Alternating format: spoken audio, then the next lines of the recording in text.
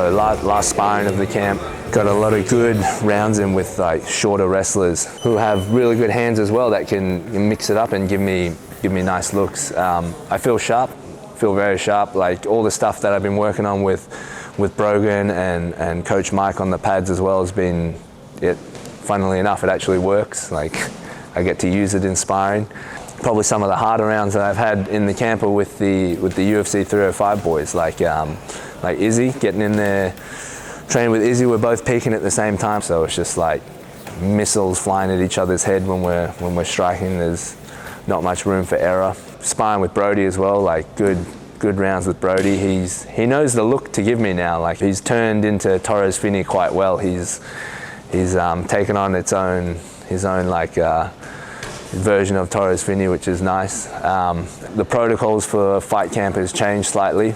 New Zealand High Performance has been coming on board and helped City Kickboxing. We got Bill Smart, one of the leading coaches there, who's come in and changed the whole program around, and I found that has suited my body type a little bit more. A lot of things have changed, and I think it's changed for the better, using a bit more science now, and just not coming into the end of a training camp feeling like you're dragging your feet, like you're actually finishing with some momentum rather than just trying to survive. Because of the new protocols and stuff, like I remember my last spyda for the last camp I did, and it was just like survival. I still remember I got like a minute into the very first round of my last spyda, the last training camp I did, and I was like, fuck, I'm already fucked. Like I'm so tired already. But this one, it just like, I felt I got stronger and stronger towards the end of each round, just pushing a little bit more. And I could kind of see the difference each week, like rather than dying halfway through a round, my fatigue would set in like way later on in the round. Like, yeah, it was a really big difference.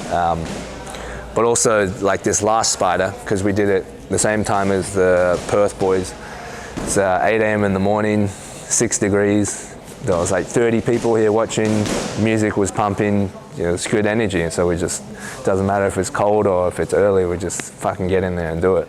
Yeah, getting ready for a fight like Contender Series where like a win, yeah, you obviously want to win, but it's got to be a win that's going to get you a contract, because you can win and still not get a contract. It's got to be a fight where Dana's going to go, fuck, give that guy a contract. So when you prepare for those fights, I know the coaches here have that in mind as well, but you just really got to make each session count. You can't drag your feet and just do enough.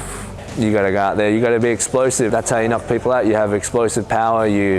That's how you finish guys. You explode into moves.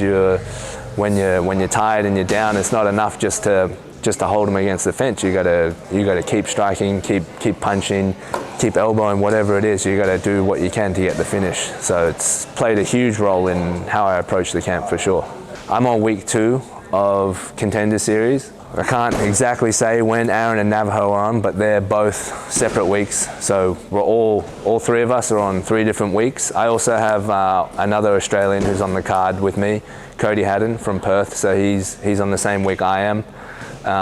But I just feel like we're kind of like a new wave of city kickboxing fighters coming through. Like we're gonna have a clean sweep. All 3 of us are going to get contracts, and then next thing you know, in like a few years, we're going to be the ones who are on the pay-per-views. We're going to be the three blokes who go over to Perth next time and headline a UFC pay-per-view card, you know?